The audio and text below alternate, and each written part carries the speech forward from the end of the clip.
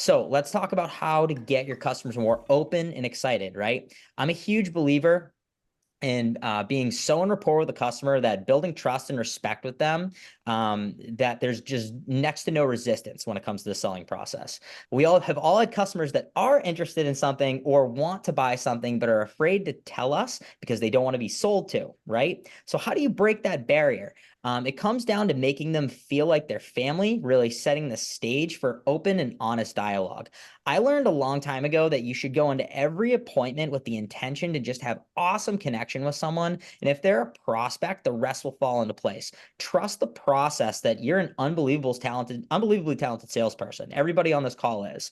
And once that connection's established, you're going to be able to serve them and help them get as much Cutco as they want and can afford. So the question I like to ask myself is, does this person really trust me to make suggestions on what's best for their kitchen, their gifting, etc.? Right? So trust-based selling is really the way of the future, and it should be your main objective. When it comes to quality rapport, I also learned this from Curtis a while ago to ask yourself, what makes this person tick? And what also gets them genuinely excited?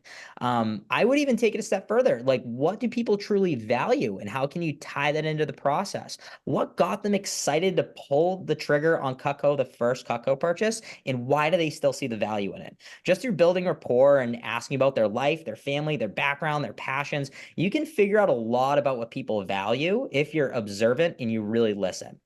A big thing for me lately has been really slowing down and letting people talk. Of course, you're going to get people that go on tangents, but there's always value that could be extracted from that if you really listen.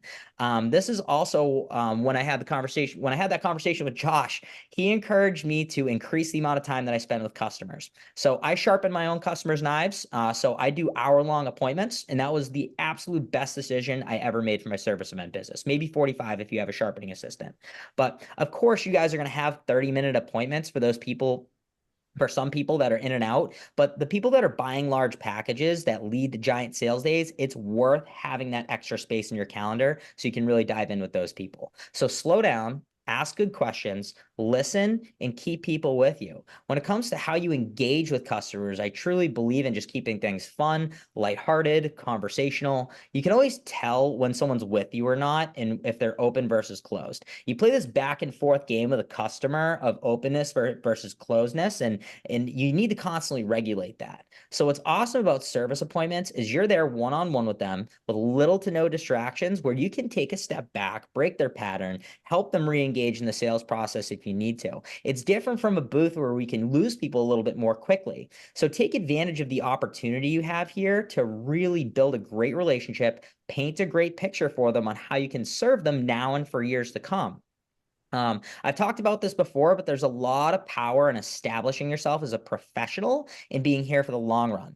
Customers will open up, they'll trust you, and they'll engage more when they realize you aren't going anywhere. So it's in their best interest to play ball with you and communicate if they value the relationship. It also creates a lot more openness when you let them know you have no problem being patient and waiting for them to order down the road. Of course, you're going to incentivize them to get it now, but take that pressure off. And when it's like, you don't care if they get it 5 years from now or now, because you're still going to be here at the end of the day. And, money line I got from Seth is, I'm just here to save you money on stuff you're going to get eventually anyways. I've been using the crap out of that. So you have to adopt the mindset of a long-term consultant rather than just the run-of-the-mill salesperson who's here to make a quick buck and never talk to them again. Because that's what some people expect. A couple things you can do to build trust. Sell people off of things. Mrs. Jones comes in. She wants a cookware set, but she knows her husband needs to be there. But she could totally spend the money on an upgrade. It's like, hey, let's wait on the cookware for next time until your husband comes in. We can kind of have that conversation. Let's talk about the knives, right? It's like selling people off of things sometimes. Builds a little bit of trust. Make professional recommendations. You're the professional, what's up. Like, based on what you're telling me, or based on what you've ordered in the past, or based on our last few interactions, that I would recommend. The other thing that I like is coming up with ideas on the spot that suit them, right?